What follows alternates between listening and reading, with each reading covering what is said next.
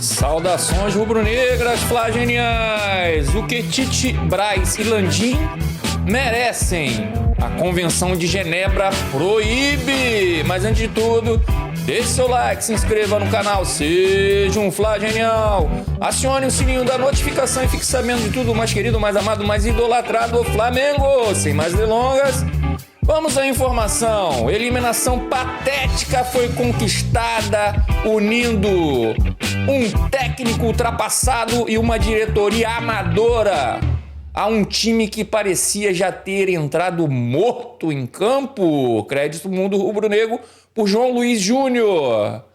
De todos os elementos tristes e lamentáveis da eliminação do Flamengo diante do Peñarol, na noite dessa quinta-feira, talvez o mais triste e lamentável seja o fato de que ela, ainda que seja uma decepção, não pode ser de maneira alguma considerada uma surpresa.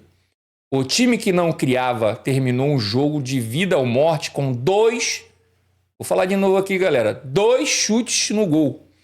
O treinador que é incapaz de alterar o estilo de jogo, o estilo de jogar do time, gastou uma substituição trocando um zagueiro por outro.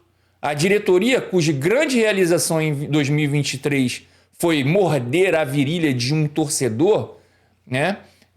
O caso Marcos Braz, galera, onde ele mordeu a virilha de um torcedor no shopping, tá?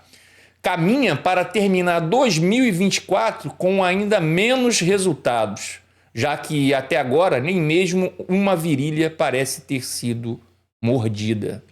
Ou seja, a queda vergonhosa do Flamengo nesta Libertadores é menos um acidente, um imprevisto, um ponto fora da curva e muito mais o momento culminante de uma série de decisões burras tomadas por pessoas incompetentes que não poderiam ter outro desfecho além do mais absoluto e patético fracasso, tá? Então, galera, é aquilo que a gente vem falando aqui no canal a respeito da diretoria.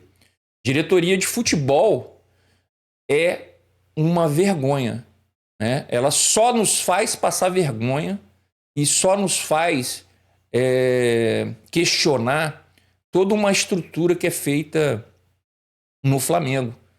Apesar de eu achar que, em termos financeiros, eu acho que todo mundo acha, o Flamengo está voando e voando baixo, né? A gente está muito bem. Porém, a diretoria, né, e o comando do futebol deixa muito a desejar e a gente está passando por isso, tá? Seguimos aqui. Começando por Tite, o homem que prometeu um gol no Uruguai e quando cobrado pelo gol que a equipe não fez no Uruguai, disse que nunca havia prometido gol nenhum no Uruguai. Covarde, ultrapassado e disposto a manter, a morrer, né? Abraçado com os seus próprios equívocos. O treinador gaúcho representa tudo o que o Flamengo não é, não pode e não deveria ser. E se essa diretoria tivesse um mínimo de respeito pelo torcedor, nem mesmo voltaria de Montevidéu com a delegação. Pessoal, o que eu venho falando aqui no canal, né? O Tite só treinou por muito tempo, tá? Uma maneira de jogar com o centroavante, né? E o Pedro se machuca e ele não tem a capacidade de fazer esse time jogar sem um centroavante. Esse time é cheio de jogadores de alto nível para fazer esse time jogar sem a presença de um centroavante. Por que não jogar com 2 atacantes e povoando mais o meio de campo? Mas, como eu venho falando aqui no canal, né? Mas o treinador, para ser a primeira opção, né? Seria uma primeira opção, né? E não fazer essa mudança durante a partida, tá? Teria, né, que ser também bem treinado, coisa que eu acho que não é. Então, sempre a primeira opção é jogar com centroavante. Centroavante improvisado, centroavante de um jeito, centroavante do outro. E fica ruim isso, porque a gente não tem uma outra opção, uma outra solução tática para poder quebrar essas barreiras, por exemplo, esses times, que a maioria dos times jogam todos fechados contra o Flamengo. E isso é ruim, cara, pro desempenho do time.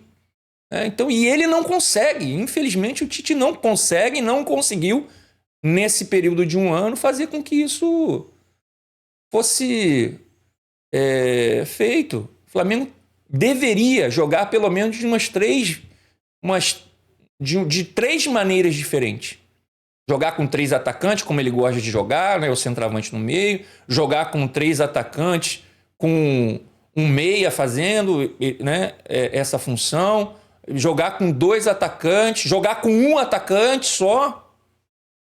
Eles tinham que ter várias maneiras de jogar, coisa que eu não vejo. E ele deveria treinar essas maneiras mais vezes. Talvez ele se preocupou muito em treinar com o centroavante, né, para pegar consistência no jogo, e deixou de lado as outras opções que poderiam ser sido feitas, né, e treinadas, tá? Seguindo aqui, mas aí entra outro problema, claro, que é o fato de que essa diretoria não tem respeito algum pelo torcedor, como ficou evidente a cada decisão amadora, a cada movimento incompetente, a cada contratação ou demissão feita por ego ou estupidez nos últimos anos. Treinadores vencedores sendo demitidos, treinadores incompetentes sendo contratados ou mantidos, atletas da base saindo de maneiras suspeitas e jogadores que nem servem para compor o elenco chegando por somas astronômicas. Isso eu discordo, tá? Essa dos jogadores, né, que não são, isso eu discordo. Acho que as contratações foram todas, da minha visão, a não ser a do Carlinhos esse ano, todas ótimas nesse ano, tá? Seguindo, e é claro, né, que não falta culpa também para o time, seja por conta da preparação física, que para mim a gente vem falando, vem colocando aqui no canal, que foi realmente muito complicada essa preparação física. Eu não sei o que os preparadores físicos estão fazendo, porque esses jogadores, todos os jogos, a maioria, todos não, mas a maioria dos jogos, eles vão jogar uma intensidade muito baixa. Aí a gente pode dividir entre jogador e preparação física, porque também a vontade às vezes falta, né? Da absoluta confusão tática ou de qualquer questão interna do elenco. O que se viu nesta quinta-feira no Campeão Del Ciclo, né, foi um bando de atletas que, precisando desesperadamente de um gol, pareciam mais dispostos a praticar malabares do que chutar a bola o time que não chuta pro gol. Isso que é complicado também. Mas propensos a se transformar num carro como um transforme do que a chamar a responsabilidade. E quando você vê atletas de nível de Arrascaeta errando coisas simples, com a qualidade de De La Cruz, incapazes de articular uma jogada, obviamente algo está muito errado. Vou abrir um parênteses aqui, pessoal. O que mais, tá, esse canal vem falando aqui é isso. Você pode ver nos nossos vídeos passados, que está na descrição desse vídeo aqui, tá? Que para mim, como disse Muricy Ramalho, 70% a 80%, tanto para as glórias quanto para as derrotas, a culpa é dos jogadores. E de 20% a 30% do técnico. Mas a maioria das pessoas acham que o mais importante é o técnico, é o treinador, do que os jogadores. E por que isso, infelizmente, acontece? Porque é cultural aqui no Brasil. E essa cultura foi criada por pessoas que não sabem o que é o esporte chamado futebol. O Flamengo, só na gestão Landim, teve 10 técnicos e ganhando ou perdendo, nenhum ficou. Será que a culpa é só do técnico? Vou perguntar de novo, galera. Será que a culpa é só do técnico? Eu sei que o Tite tem uma porcentagem grande de culpa, mas a culpa não é só dele. Outra coisa que eu venho falando aqui no canal. Fora a mística de ser Flamengo, lógico que ser Flamengo é sempre acreditar, mesmo nos momentos difíceis. É que tínhamos que alinhar as expectativas em relação a esse time. Falei aqui no canal várias vezes. Alinhar as expectativas. Isso não quer dizer não acreditar. Acreditar, a gente tem que sempre acreditar, independente de quem está em campo ou fora dele. Porque o que vale é a camisa. Então a gente sempre tem que acreditar, mas alinhar as expectativas porque esse time não vem mostrando o que deveria mostrar. Um time com tantas estrelas, e a gente só fala de um jogador, gente.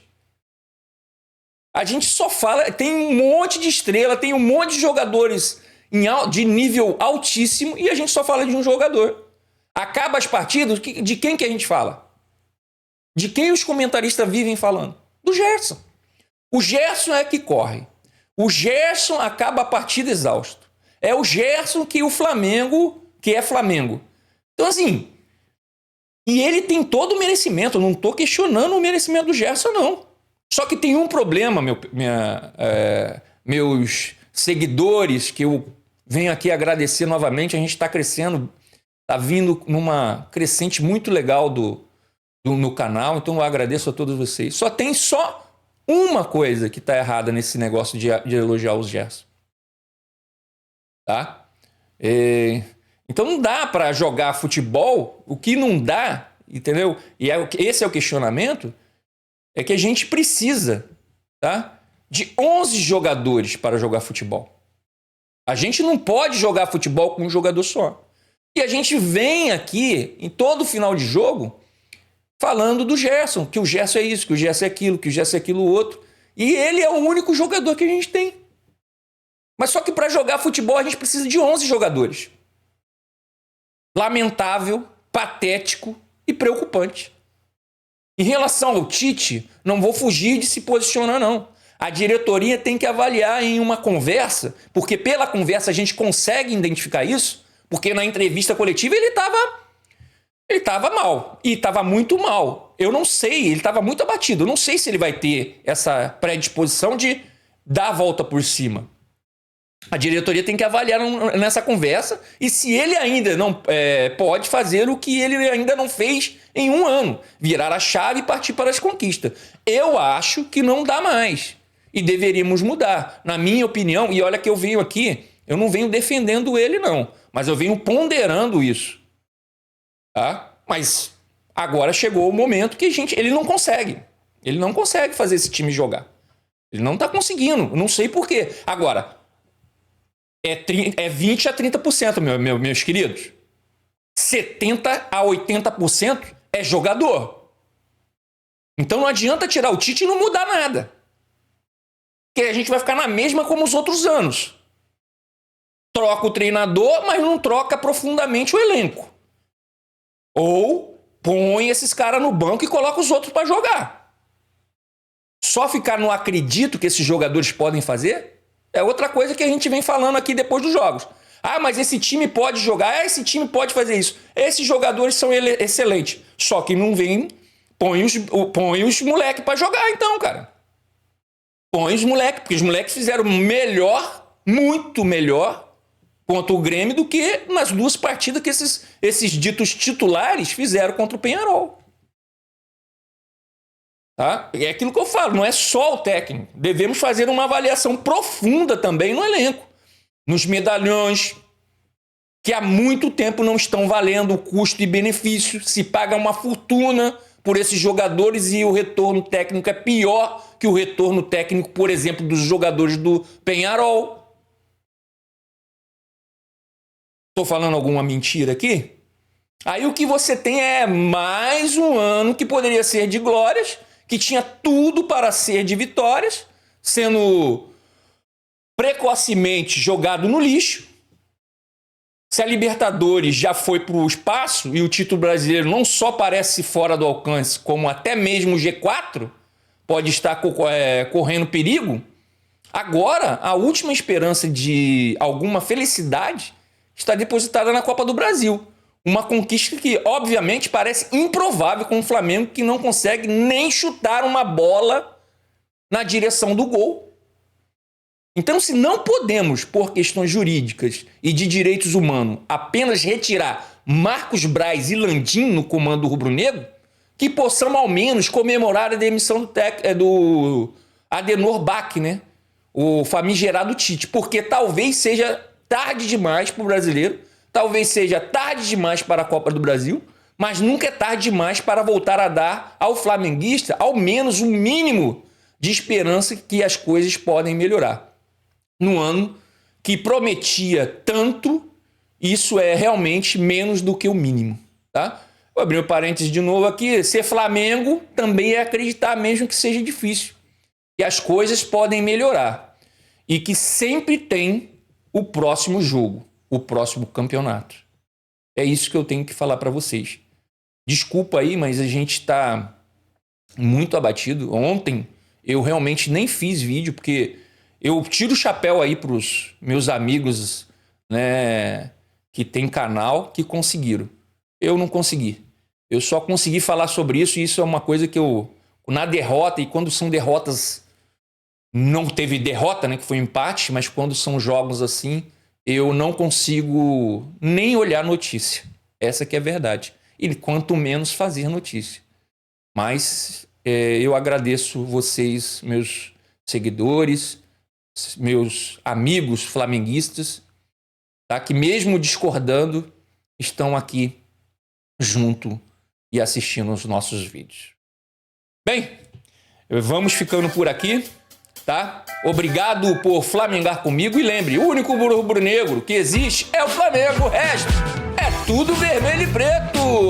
E não se esqueça, antes de tudo, deixe seu like, se inscreva no canal, seja um flagenial, acione o sininho da notificação e fique sabendo de tudo. O mais querido, mais amado, mais idolatrado Flamengo, que Deus ilumine os passos de todos nós. Saudações rubro-negras!